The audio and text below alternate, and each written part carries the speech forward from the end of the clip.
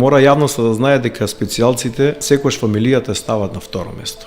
2000 година ни почина девојче, односно дете на пороđај, а 2001 се роди Милица, баш кога беше акцијата во Рачиново. Жена ми во тој период требаше да се пораѓа. И командантот, знаејќи ја мојата состојба претходно, сакаше да ме ослободи од таа активност, али јас сепак водев 120 диверзанти со мене. Тоа се мои деца. А таа медицинска работа требаше да си ја заврши докторот. И така испадна, јас тоа одбив и на некој начин, можеби ден денеска некои луѓе тоа го памтат, дека јас сум одбил да одам дома, да бидам слободен, него да идам да го жртвувам својот живот. Да, и фрапирани се искрено, бидејќи тоа не знам кој себе го направил.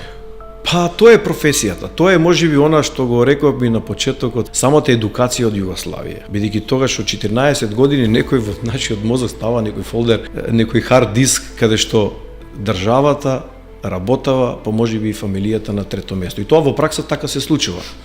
А со девојчето со посебни потреби, тоа е веќе 2003 година, девојче, 22 години, кој е направен факултет, напредна, учи, се бори во животот, можда многу повеќе, да, повеќе од сите нас.